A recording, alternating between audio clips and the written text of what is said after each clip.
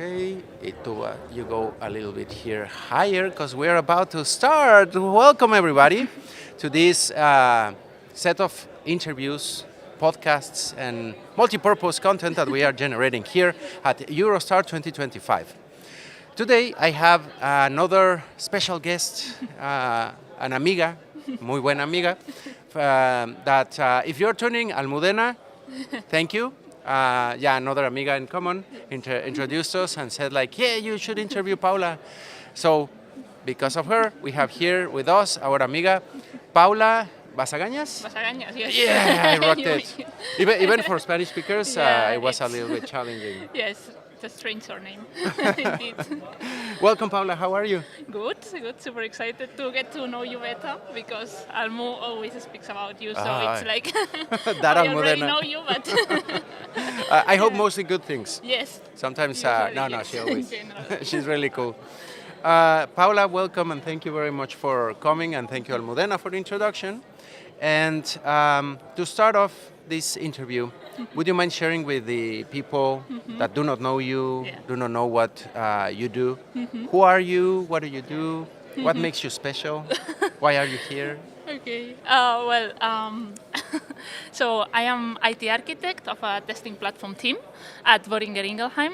My bachelor degree was biomedical engineering, so that's cool. why I normally have been working with pharma companies and so on. And I would say that I don't know what makes me special, but some of my hobbies maybe makes me a bit of a special. I am super freak of mountaineering and skiing and even writing and reading a bit. So I have a bunch of very different hobbies we can discuss at any time. Oh, wow. Mountaineering? Yes. What was the second one? Skiing. Skiing. Yes. Ooh, you gotta explain me a little bit. I know I lack a muscle that I cannot put the brakes, and I just keep going. But Well, if you make it down the hill, that's the important part. not as fast as I tend to get, and then it gets dangerous. But that's amazing, Paula. I mean, when you said I have nothing special, wait, you are a biochemical engineer? Yeah, biomedical. Biomedical, Yes. and you're a tester. Yes. That's a special. That definitely is big and outstanding. Yeah.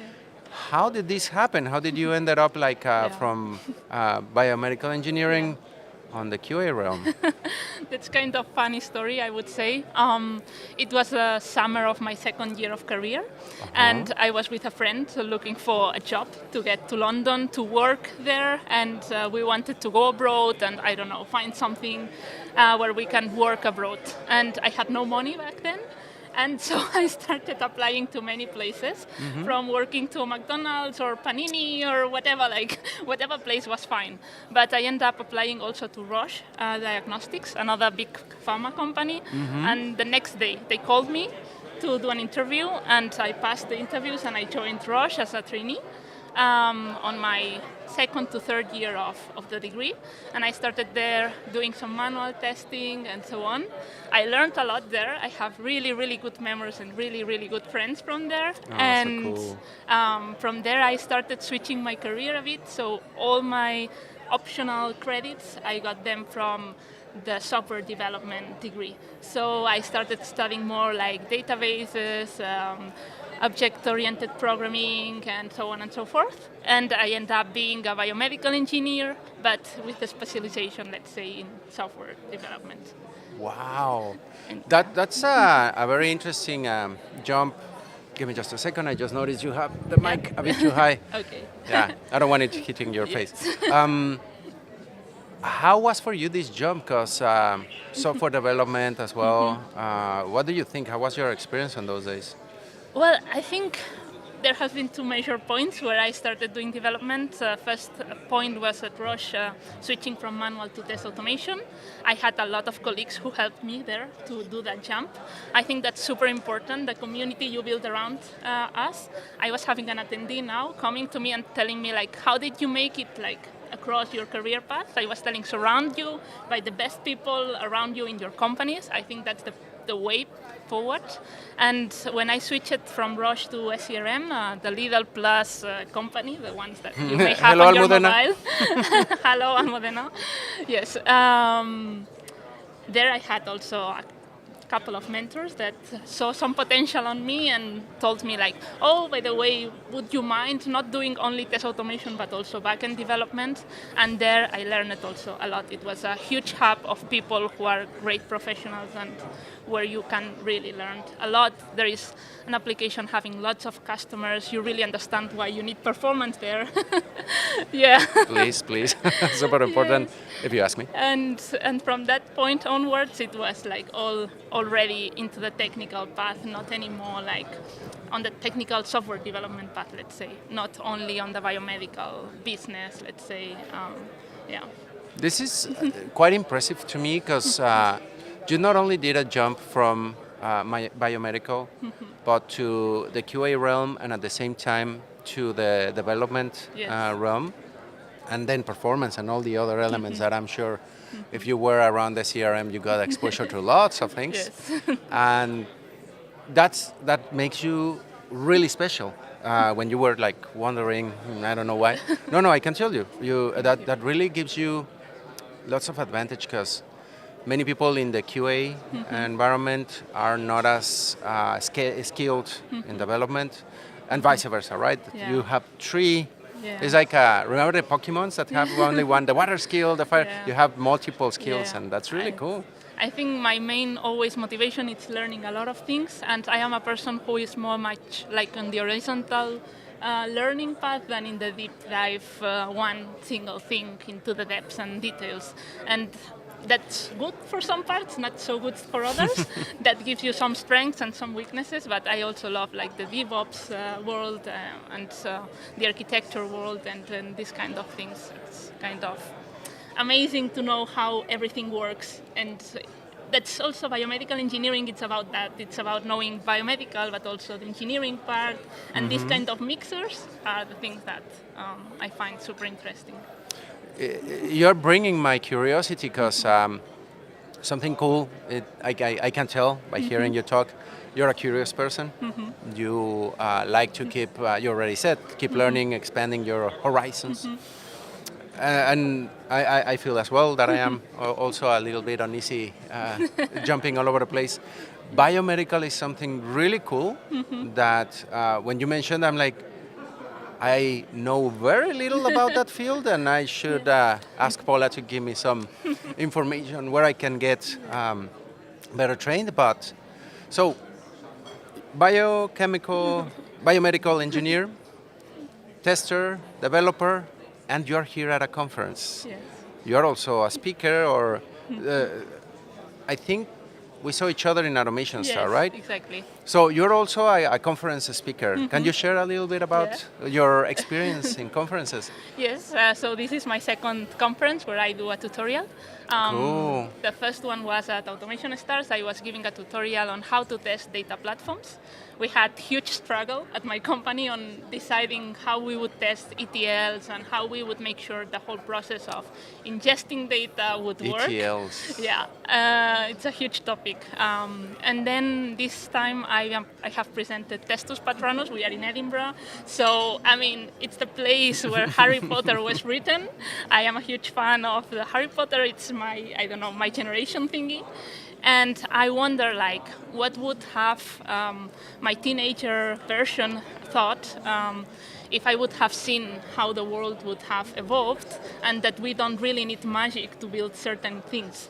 And it's amazing, right, to see, like, I don't know, automation drivers, cars, just like Harry Potter flying cars, or to see that you can convert images that are not moving into moving images, like in Harry Potter's newspapers, or things like that. And the whole thinking of that brought me to the point of deciding to bring this conference, where I just explain that we didn't need magic anymore, that we need racks. And I was giving a hands-on session where we had the full room full of people willing to know it about that. And I get to manage that I would say 70% of people had their chatbot running on their local machines. Wow. And I'm super proud of them that they achieved it, and they were super proactive. It was amazing being there, actually, yeah. Super proud of the teacher as well. I mean, you managed to.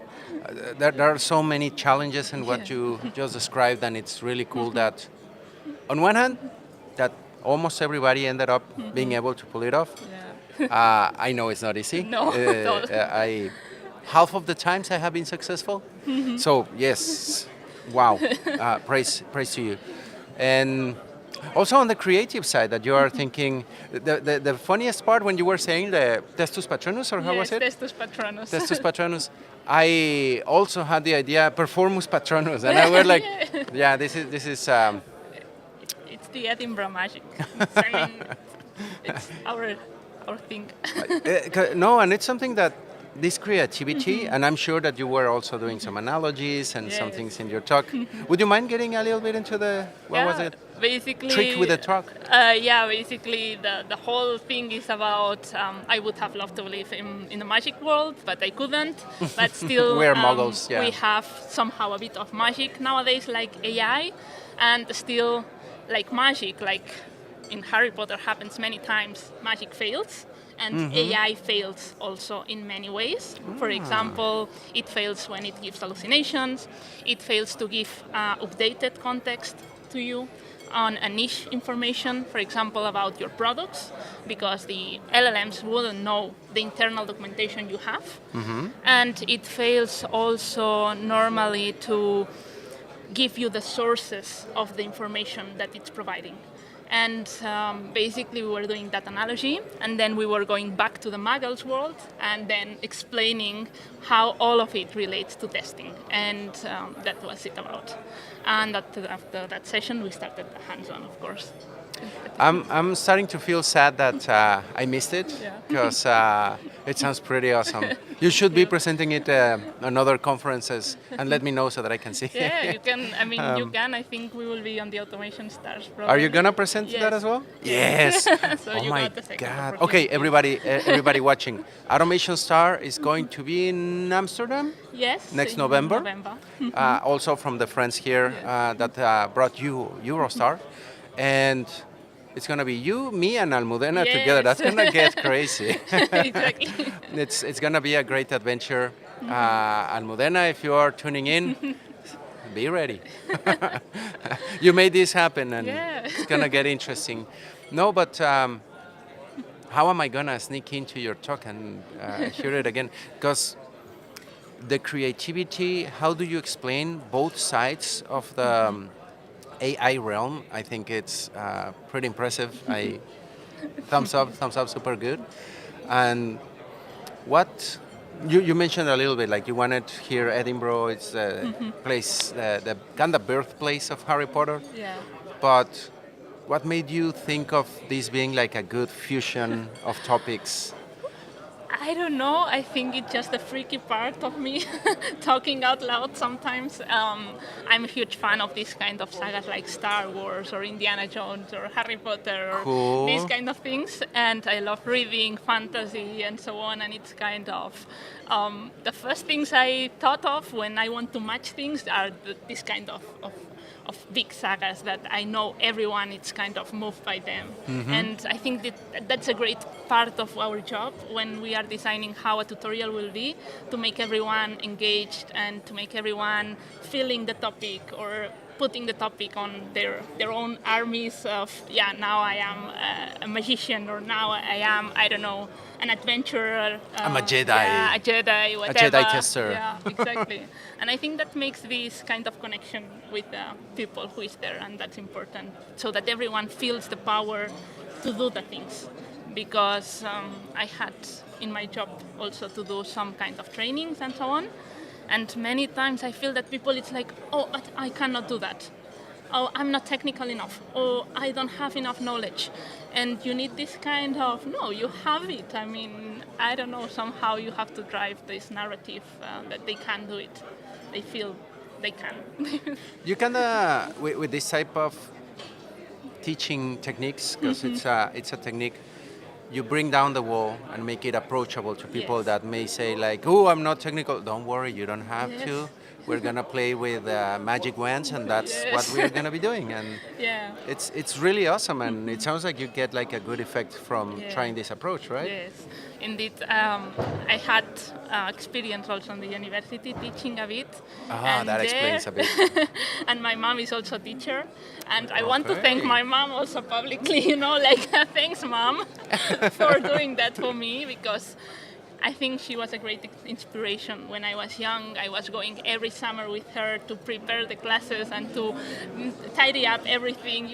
Like I was really living with her like this kind of, I don't know, passion for teaching. And when you have this passion, you need to find your way of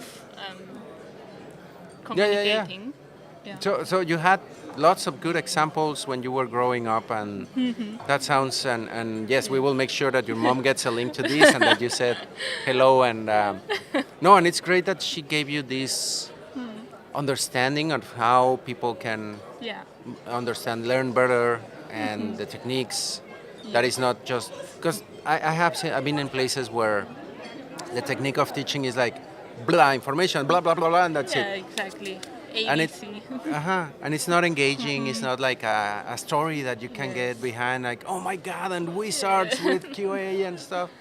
Yes. I think it's awesome. Makes me curious, kind of like I would like to be one of your students. Like, how is one of Paula's classes? Indeed, with workshops that we do at the company, one of the things that I normally prepare is kind of escape room, where they have to learn by escaping a room. For instance, we were doing some Sherlock Holmes escape room.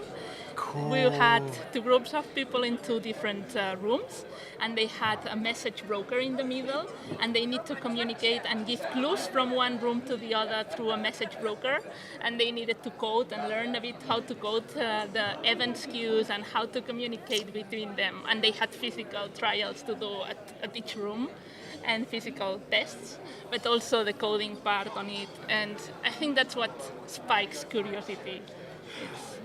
It sounds almost slightly evil that you don't get out of here until you Yeah, understand what we are exactly. teaching. And Yeah, but I like it, and the Sherlock Holmes theme, like it was someone's known in the team because the defect did not bark. Yeah. Elementary. Elementary, Sounds really exactly, really yes. cool. And in the books he never said elementary, but that's for geeks of Sherlock Holmes. Paula, there's another big trendy topic happening here. You already Yeah. touched into it, all the AI craze.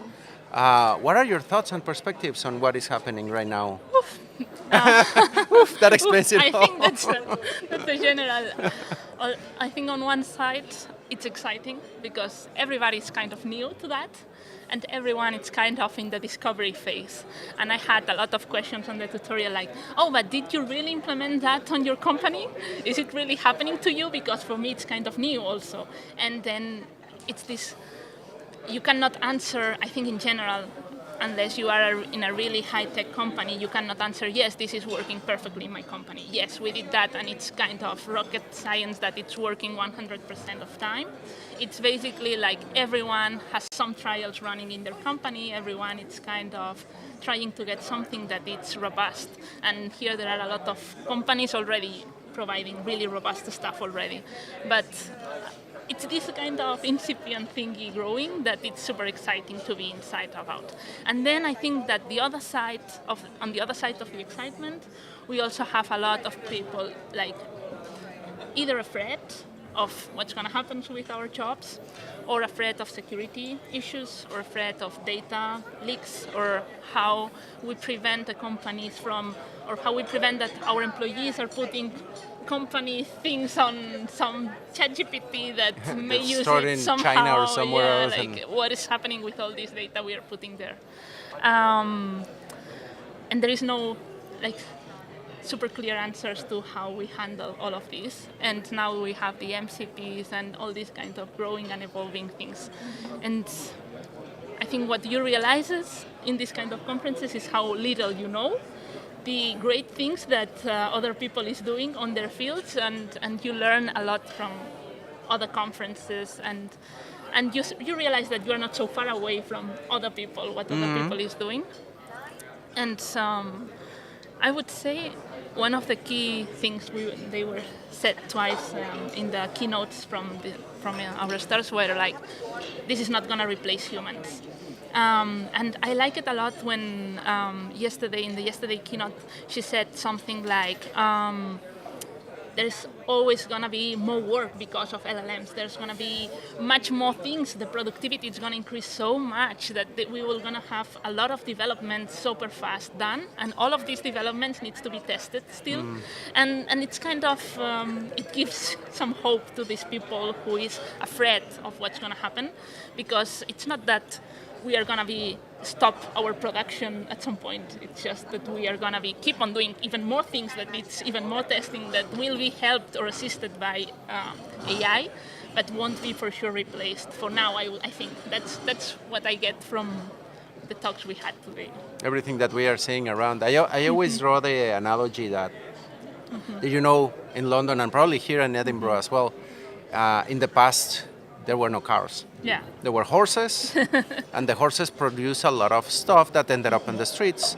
Yeah. And you had some trades, the ones that will keep the horses fed, that they will clean the horses' products. And when we transitioned into cars, those jobs had to change. Yeah. You still can clean horse stuff, and you still can feed them in horse places, but now we have cars, and you have to learn how to change the wheel, fuel it, the oil, and all the jobs that appeared around the car. I think AI, as you say, is going to bring much more, not replace us, because we are not the horses. Probably those are gone away. The horse in this example is the tool. Yeah. We have a new, more powerful, with lots of more complex pieces tool that definitely is going to keep us more occupied. Yeah. Entertained. Yeah, and I think there are still kind of challenges on biases or challenges on how to ensure fairness. I was at university giving some trainings on these kind of things, and I think that's super amazing to understand the difference of group fairness or individual fairness, and how all of this matches with the fact that all these models are trained with data that was already existing, and all this data was already biased because it was built in ages where some of the good practices or good, let's say, society advances were not there, and they were highly biased, this data that these models are trained with. And I think, for me, that's one of the things that worries the most. Not so much if we are going to be losing our jobs or something, but how fair the LLMs we are building are, and how to test it. I think it's quite difficult to do that, and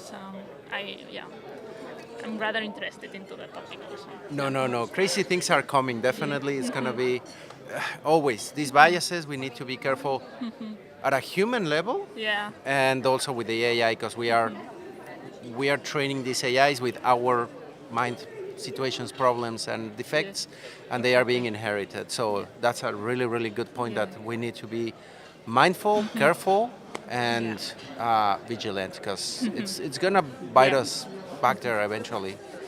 Paula, I'm looking at the time. This went a bit longer than I expected, but no, it's not your bad. It has been a great conversation, and if anyone wants to keep up with these conversations, attend your classes, or just connect with you and stay in touch, where can people find you? They can find me in LinkedIn for sure, and they can find me in basagan.com. I have a domain now. You're on the domain, you nice. can contact me, and you can see the upcoming conferences I will be giving, and you can find whatever information there. So, Excellent. So take a look. If you don't know how to write, I think here in the corner is her name. Look for her on LinkedIn. And Bassagañas.com, was it? Basagan.com. Basagan. I could it because it's a strange surname. Basagan. Stay tuned, and double S. Yes. That I noticed earlier. Paula, thank you so much for all these great insights. Do you have some last words that you would like to share with the audience before we call it a day? I would say come to this kind of conferences, because just the networking, how much you learn, the amazing stands that are there, all the work it's done. It's amazing. So thank you for also your job doing No, here. no. Yeah. Like, It's a big pleasure for me. Shut up. We have echo here, sorry. Well, that's not over yet. Paula, thank you very much. Thank you. We are moving on. Probably we'll have some food. We have more interviews today, so stay tuned because Eurostar 2025 is not over yet and we will have more adventures. Gracias, Paula. Gracias. It's a pleasure. It's a pleasure. Adios, everybody. See you in a Ciao. moment. Let's see if I can stop this from here.